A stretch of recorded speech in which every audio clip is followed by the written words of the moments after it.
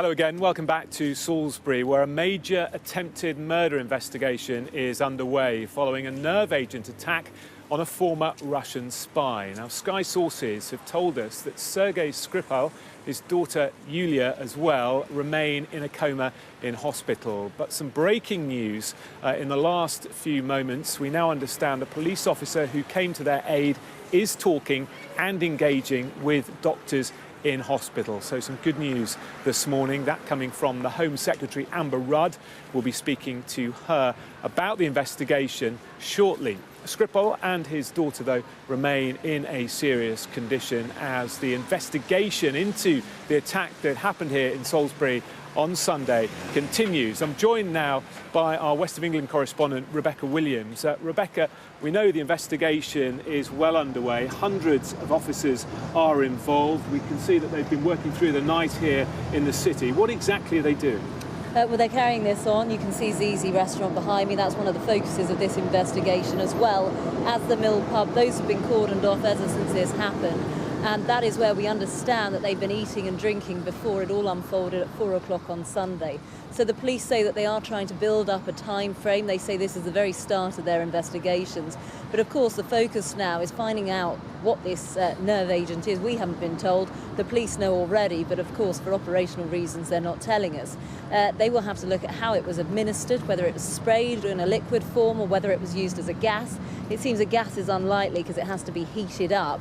And then they will look at whether it was sprayed or whether it was put into some form of food. If it was food, the side effects take a lot longer to come on. But these are all things that they will now be looking at. You've got CCTV. We know that there are a number of cameras in the vicinity. We've seen CCTV of a couple walking into the Maltings shopping area. We don't yet know who they are, but the gym tell us that the police were very interested in that footage. So this all forms part of the investigation, and we now know that it's counter-terrorism police that are heading this up.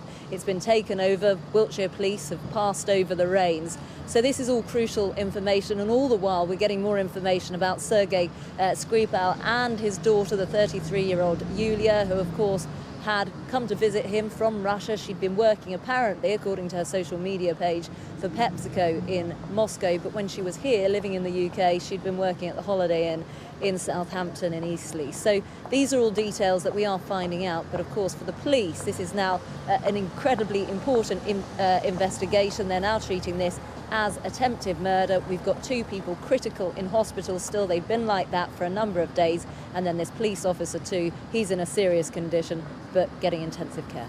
Yeah, and good news this morning about that police officer. We now know that he's awake and talking to doctors. And of course, what he has to say as the very first person on the scene could be crucial in this investigation.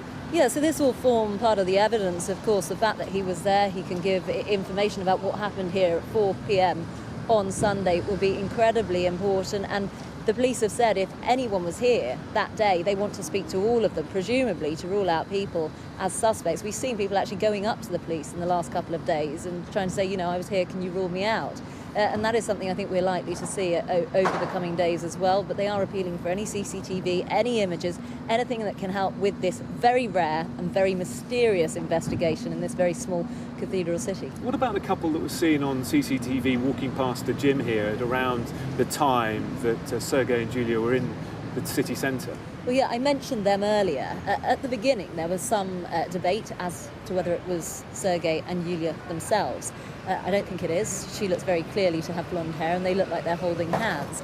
So now the police are apparently very interested in the CCTV, according to the gym behind us. I spoke to them on the first day of this investigation. They said the police had been in there to ask for the details of people who had used the gym between 3 and 4 o'clock on Sunday. They wanted to speak to those people, and they took away this CCTV, according to the member of staff in the gym. So like I say, this is all evidence-based. They're trying to build up this time frame, figure out what Sergei and Yulia Skripal were doing in the run-up to this investigation. Of course, the home of Mr. Skripal still being searched and still very much the focus of this investigation. And we're told that government scientists know exactly what the nerve agent is. We haven't been told. There are a number of options, aren't there? Yeah, they haven't told us because presumably they want to keep it a secret for operational reasons.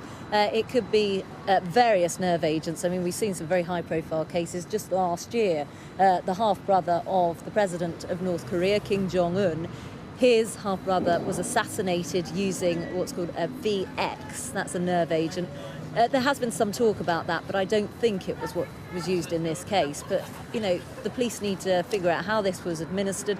You've got all sorts of side effects. You know, it affects the muscles, it affects people apparently start to vomit and they feel very shaky. And that, according to our eyewitnesses, is how Yulia and her father were feeling when this all happened at 4 o'clock. But, of course, they are still critical and we are waiting for another police update. OK, Rebecca, thank you very much. Rebecca Williams there, our West of England correspondent.